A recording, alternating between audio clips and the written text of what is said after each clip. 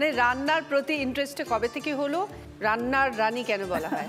দেখো, আমার মা খুব ভালো রান্না করতেন, সেই জন্য ছোট থেকে ভালো খেতে বা ভালো রান্নার প্রতি একটা অ্যাট্রাকশন ছিল।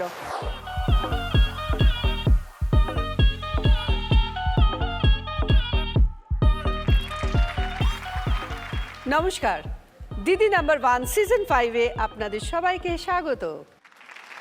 যাদেরকে বলা যেতে পারে রান্নাঘরের রানী।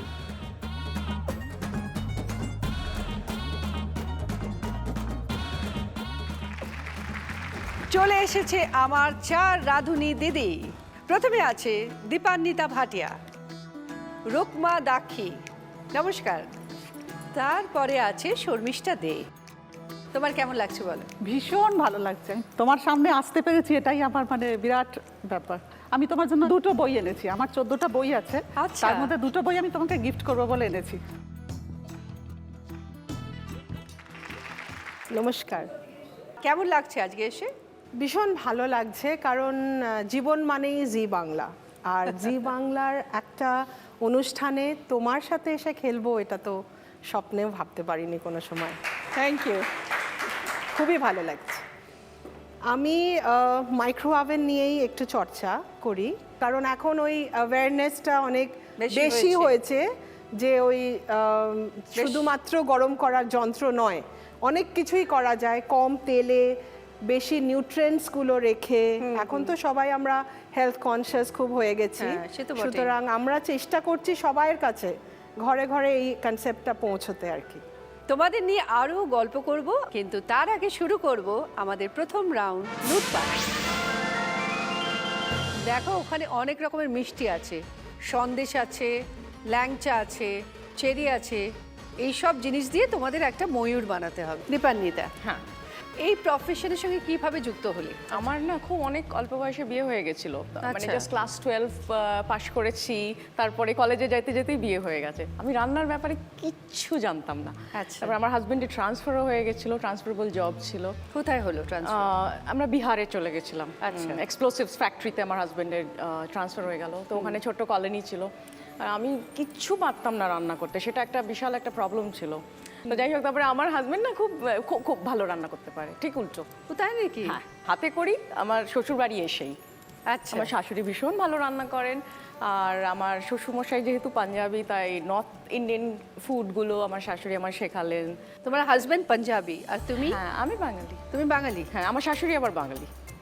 শাশুড়ি বাঙালি, মানে সব বউরা আসছে বাঙালি, তাই হ্যাঁ, তো? সব বউরা বাঙালি আসছে, হ্যাঁ বউরা বাঙালি আসছে, রাইট। তোমার ছেলে না মেয়ে? আমার একটি ছেলে। আরেক বৌমাও আসছে? গড নোজ, কেমন নোজ বাঙালি আসতে পারে, হতেও পারে। রান্না বান্না শেখা মানে শ্বশুর এবং হাজবেন্ড, হ্যাঁ, তাই তো? হ্যাঁ, শাশুড়ি শাশুড়ি ওই, হ্যাঁ। বলতো আমার মা খুব বেকিং করতেন, তো আচ্ছা। কেকের ব্যাপারটা আমি আমার মায়ের কাছ থেকে খুব ভালো দেখতাম, খুব দেখেছি, বড় হয়েছি মায়ের কেক মানে বানানো দেখে। তো সেই জন্য বোধহয় কেকটা আমার মধ্যে একটা আলাদা কমফর্ট জোন আছে কেক বানাবার জন্য।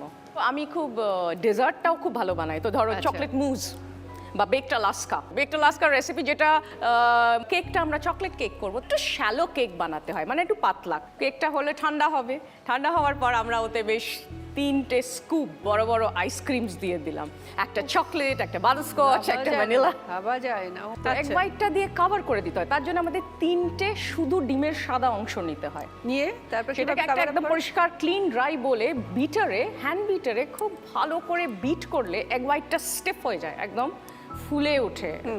তাতে একটু সুগার দিয়ে দিলে, 2 টেবিল স্পুন সুগার দিয়ে আরেকবার বিট করলে এক হোয়াইট একদম গ্লসি শাইন করে। আচ্ছা। এই এগ হোয়াইটটা ওই আইসক্রিমের ওপরে পুরো কভার করে দেওয়া হয় গরম ওভেনে, সে অ্যাবাউট 250 ডিগ্রি ওভেনে জাস্ট 2-3 মিনিট এটাকে বেক করতে হয়। তাহলে বুঝতে পারছো এগ হোয়াইটটা ওপরে গরম থাকে, কিন্তু এগ হোয়াইট ইনসুলেশনের কাজ করে, হিটটা আইসক্রিমে পৌঁছতে পারে না। আচ্ছা। সেই জন্যে 2-3 মিনিট বেক করার পরেও যখন ওটাকে আমরা সার্ভ করি, ওপরের ব্যাপারটা গরম থাকে, ভেতরে আইসক্রিমটা ঠান্ডা থাকে, নিচের বেসটা কেক। আচ্ছা, আপনারা সবাই লিখে নিয়েছেন তো কিভাবে কি করতে হয়? তাহলে খেলা শুরু করি। হ্যাঁ, চলে এসো।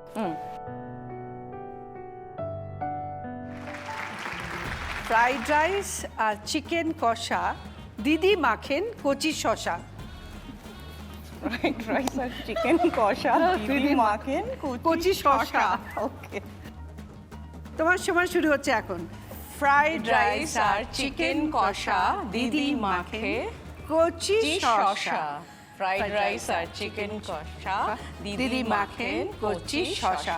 ফ্রাইড রাইস আর চিকেন কষা দিদি মাখে কচি শসা। ফ্রাইড রাইস আর চিকেন কষা দিদি মাখে কচি শসা। ফ্রাইড রাইস আর চিকেন কষা দিদি মাখে কচি শসা। ফ্রাইড রাইস আর চিকেন কষা দিদি মাখে কচি শসা।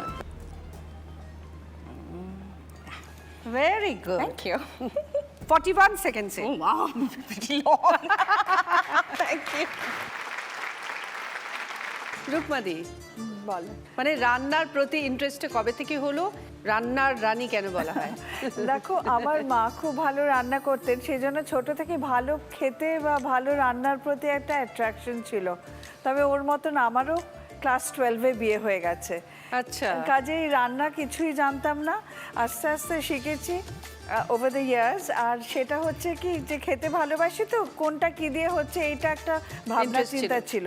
আর আমার মনে হয় প্রেজেন্টেশনটা খুব ইম্পর্ট্যান্ট খেতে গেলে, তো সেটা সবসময় মাথায় রেখেছি কিভাবে কি সাজাচ্ছে, কিছু করছে। এরম করতে করতে আমি কলাম লিখতে শুরু করলাম নানান রকম ম্যাগাজিন, পত্রিকায়।